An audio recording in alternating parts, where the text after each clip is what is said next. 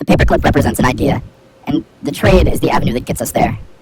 Our journey began with a vision, getting to know one another. From there, the world was our oyster. To get closer to the idea, a strategy needed to be developed to get rid of the paperclip. Crowdsourcing was key, but more importantly, the narrative of the assignment provided more value than the act of trading.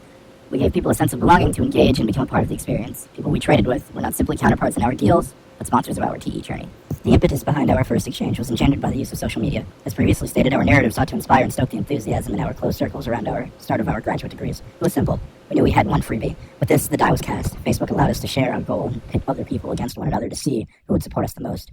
An open bid on the paperclip was thrown into the blogosphere with the explicit directive of seeing how far we could make the trade, knowing that this distance would have value in future trades. The Dutch person offered her authentic, handmade childhood clogs. The exchange was conducted, but not without a painful cost. Time is a fickle mistress, and she would take her precious, granular moments crossing the void that is the Atlantic Ocean. While waiting, we explored our future trades and the splendors that they would bring. The groundwork had been placed, and knowing that trading items for items we did not have yet would be our best wager. Our networks were tapped once again to see who would be willing to share our experience.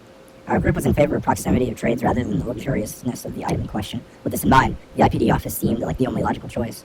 We bestowed the unique and exotic nature of our trade to the staff. With this in mind, 2 items were retained: a Cuisinart coffee maker and a wine glass set.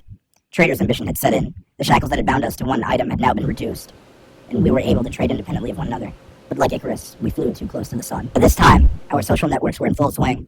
Olympians shared our status updates, and we began to create long chains of future trades.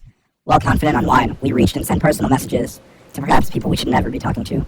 One of those people was Mindy Gledhill, the singer-songwriter who peaked on the Billboard dance charts. With her agreeing to trade, we had something interesting. From this, we retracted our proverbial footsteps back to Los Angeles. A designer with authentic Chinese opera masks was willing to trade, who unfortunately neither drank coffee nor alcohol. However, fate was on our side. Locally, a Hamilton Beach juicer came across our path. Our anchor upon which the future was set had been found. But paradise was fleeting fast. A chain is only as strong as its weakest link, and in this case, our link was manifested in this juicer. Without this link, the rest of the trades drifted away from us like a child forced to grow up too early. Left us with the greatest coffee maker in the Lehigh Valley. You're welcome, TE. It almost appeared as though the wine glasses would share the same fate. We made a mistake on trading what we would want rather than what others would want. We soon realized that wine glasses were a staple in every household. While disappointments did arise, the wine glasses gave birth to a series of trades. With a handshake and some perspiration, we were able to secure a dryer for the glasses. But as so often true with life, we were only left with empty promises being passed over for a buddy. Surprisingly, we recovered from this devastating blow. An impressionistic beach painting was our savior. While art did rescue us from ruin, it was not enough. We needed to traverse further. Still images gave way to moving pictures, and we found ourselves with television.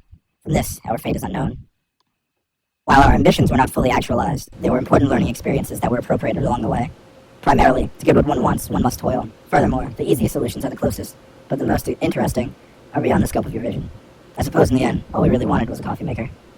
And while our chisels had dulled along the way, our journey had been etched along the globe.